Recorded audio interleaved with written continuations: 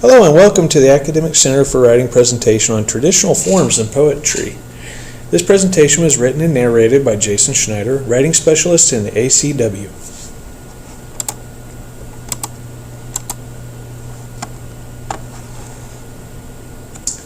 There are two types of sonnets, the Italian sonnet and the English sonnet. The Italian sonnet is sometimes called the Petrarchan sonnet. The English sonnet is often called a Shakespearean sonnet or Elizabethan sonnet. A sonnet typically conveys a single theme or a set of feelings. Both sonnets are usually an iambic pentameter, but the rhyme scheme differs.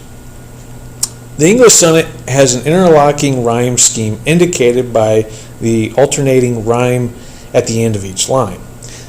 The beginning of the sestet in a sonnet usually conveys the contrast in theme or change in mood. And the rhyming couplet, as the last two lines of the poem of an English sonnet, summarizes and synthesizes the contrasting elements of the octave and sestet. Notice that the Italian sonnet does not end with a rhyming couplet as the English sonnet does.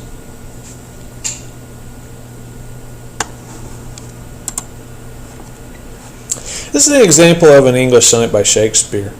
Though there are no spaces between the stanzas, Shakespeare's sonnet remains true to the form of an English sonnet.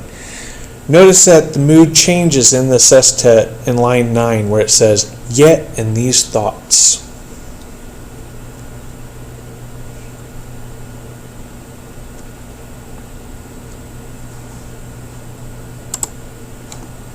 Again, here's another example of a sonnet, but this sonnet is an Italian sonnet by Frost. Frost kept the sonnet true to the form of an Italian sonnet, except that he varies its form in that it ends with a rhyming couplet at the end like an English sonnet, where it says, "What but design of darkness to appall, if design govern in a thing so small?"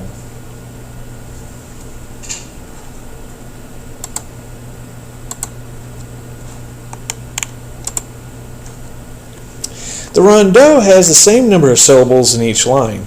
The rondeau differs from a sonnet in that it has a refrain that repeats the first line of the poem at the end of a quatrain and sestet. The refrain should express the theme of the poem. Notice that the rondeau has 14 lines, just as a sonnet, too.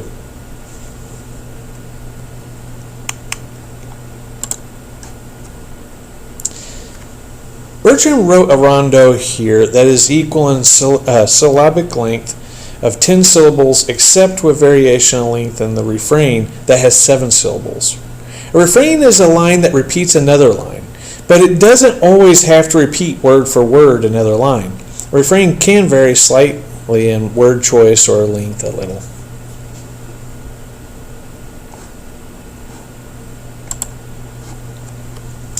The stanzas in a pantoum have quatrains that have any kind of meter and syllable length depending on the poet's choice. However, a pantoum ends with a rhyming couplet. Notice that the rhyme scheme in the quatrains have an interlocking pattern.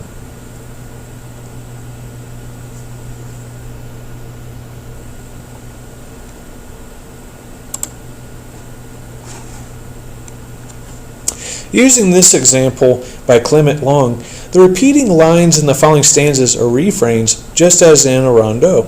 The lines 2 and 4 in the first quatrain repeat in lines 1 and 3 in the second quatrain, shown by the arrows. The same pattern of repeating lines occur again between every 2 quatrains. In the first quatrain, the first and third lines are repeated in the last 2 lines, a couplet, again illustrated by arrows pointing the first line from the first quatrain to the last line, and the third line from the first quatrain to the second to the last line of the poem. The pantoum describes themes that have cycles, typically because of the repeating lines, such as the cycles and change in generation between father and his children in the example.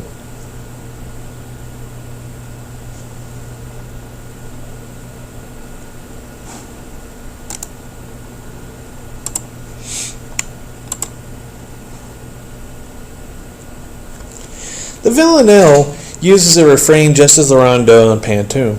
However, a villanelle differs in that it has 6 stanzas, reoccurring rhyme scheme between 2 rhymes, 2 refrains that occur in regular sequence, and written in syllabic lines of equal length. The 2 refrains in a villanelle should be central to the theme of the poem, though the refrains should have subtle or a slight variation from each other.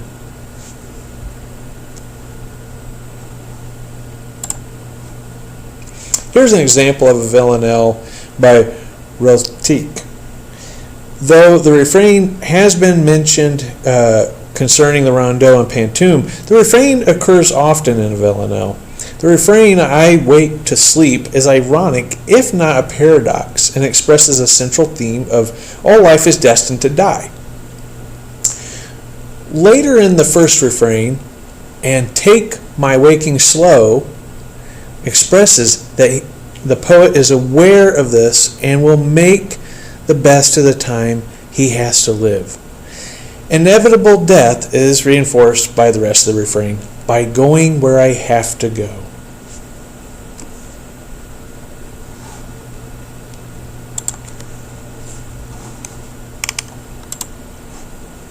Thanks for watching. For questions about this or any other writing topic, come and visit the Academic Center for Writing in room W114. Thanks again.